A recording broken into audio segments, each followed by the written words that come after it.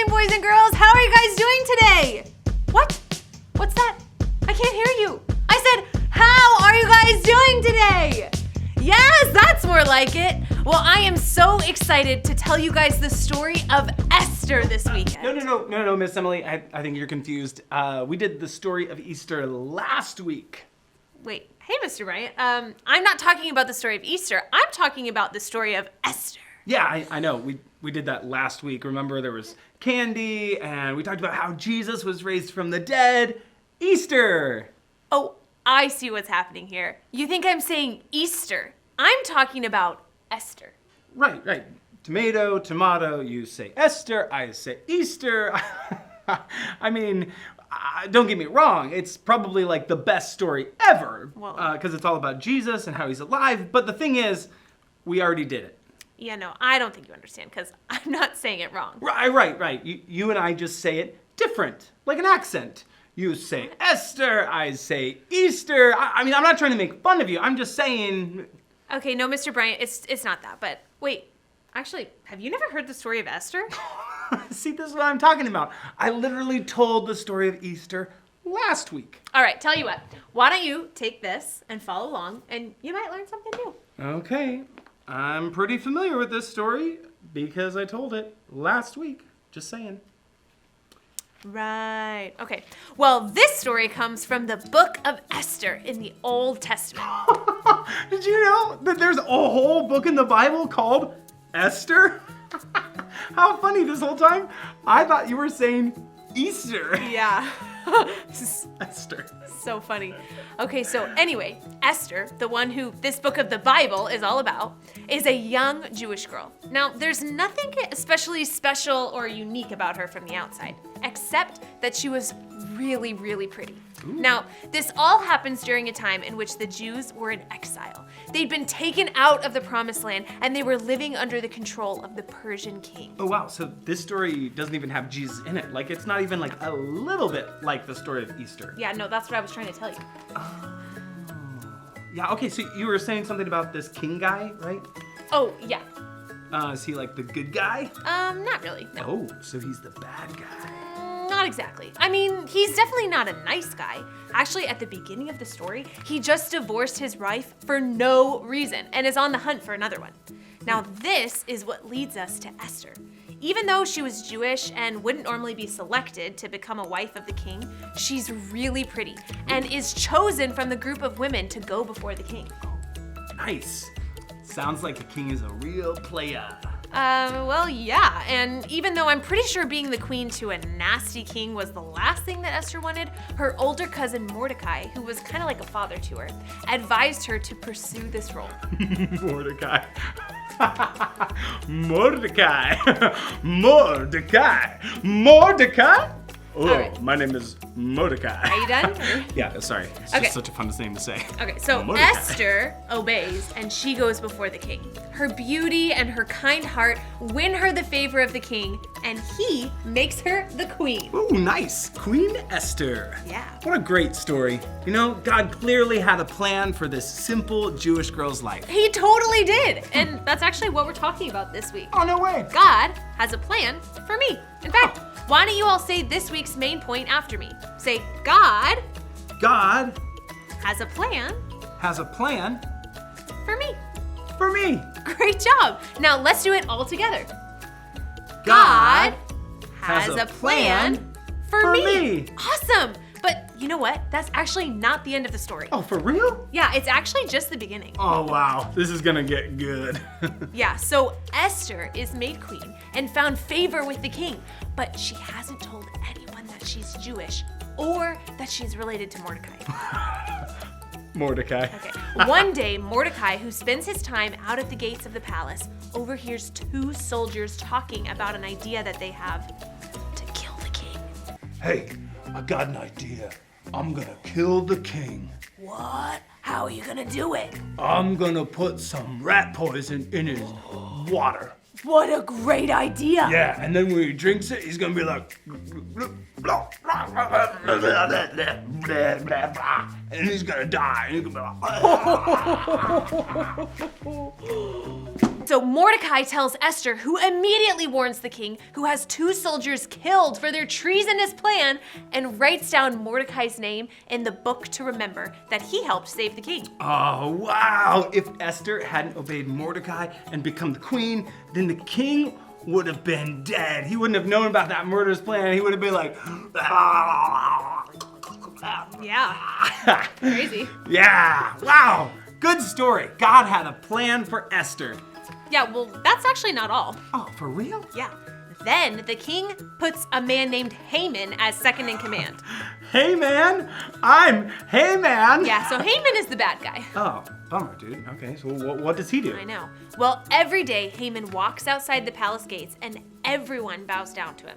He gets a pretty big head about it and he starts thinking that he's a real big shot and that everyone should bow down to him.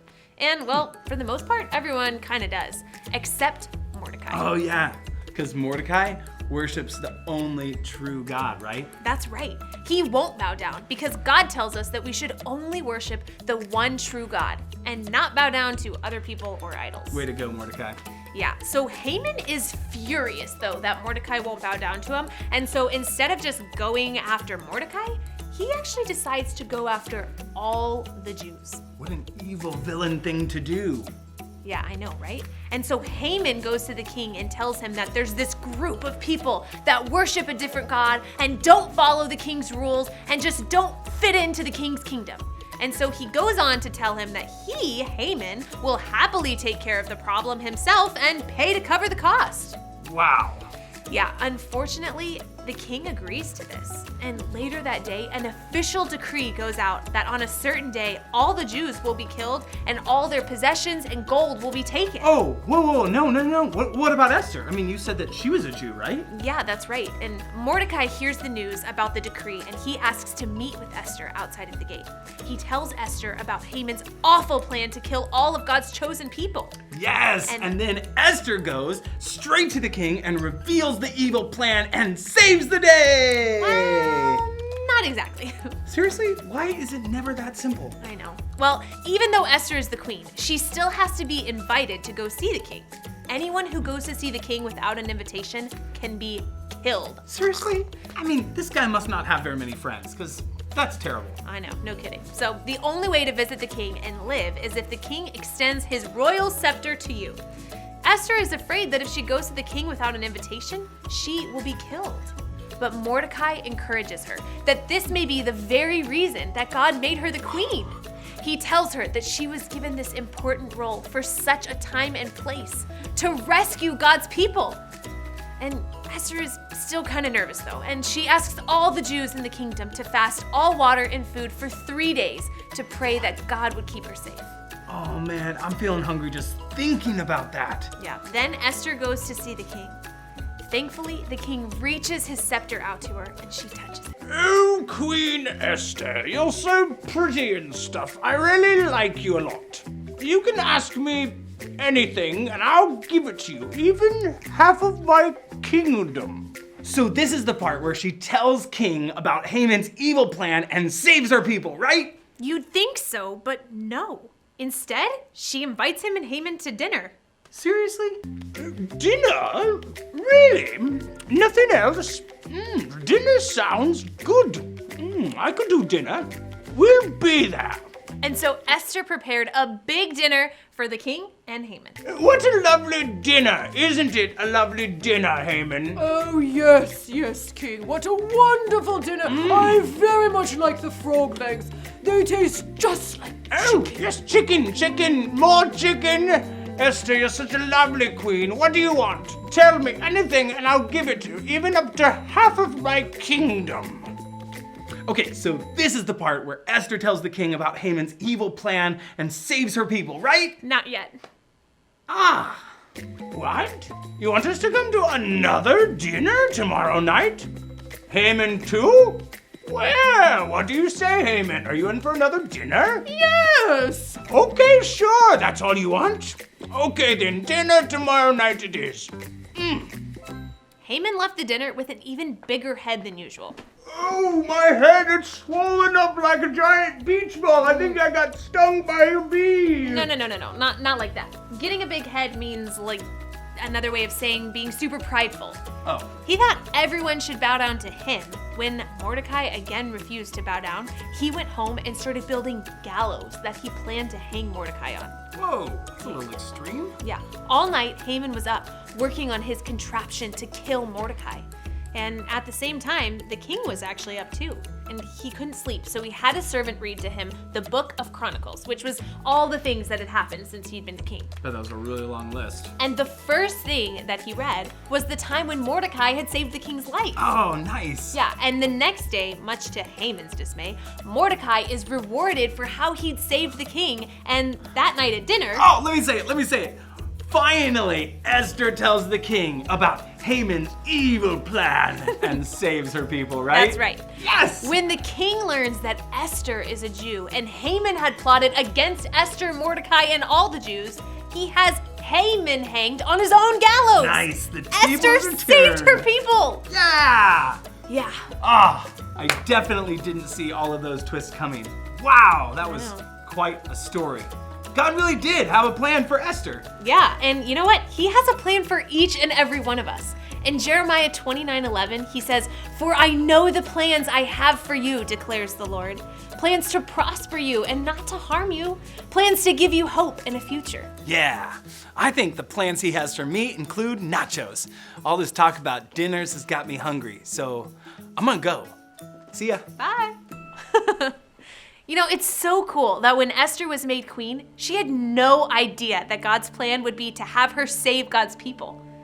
Did you know that God has a plan for you too? He has a plan for each and every one of you. When we are courageous to obey what God's asked us to do, He will do big things in you. All Esther did was obey, and God's perfect timing took care of all the rest. What is incredible is that when we partner with God, we get to be part of the amazing things that He does too. Boys and girls, what is God asking you to do today? In order to be a part of God's amazing plan for your life, all you have to do is obey. Boys and girls, as you bow your heads and close your eyes, let's take a moment to hear God's voice. Let's quiet our hearts and let's listen for Him. You might hear His still small voice saying, "I love you. I'm proud of you." You may see an image in your mind. You may feel something really strongly in your heart. You may know that He's asked you to do something and He's reminding you of it. And I want you to know that that's God. God, thank you so much for every amazing boy and girl that has listened to your word this morning. I ask that they would know the plans that you have for them. I ask that they would choose to obey and that they would know how much you love them. God, I ask that they would know you as their best friend all the days of their life. It's in your name we pray. Amen. Boys and girls, if you heard God speak to you this morning, I want to encourage you to talk to your parents about it. We'll see you next week.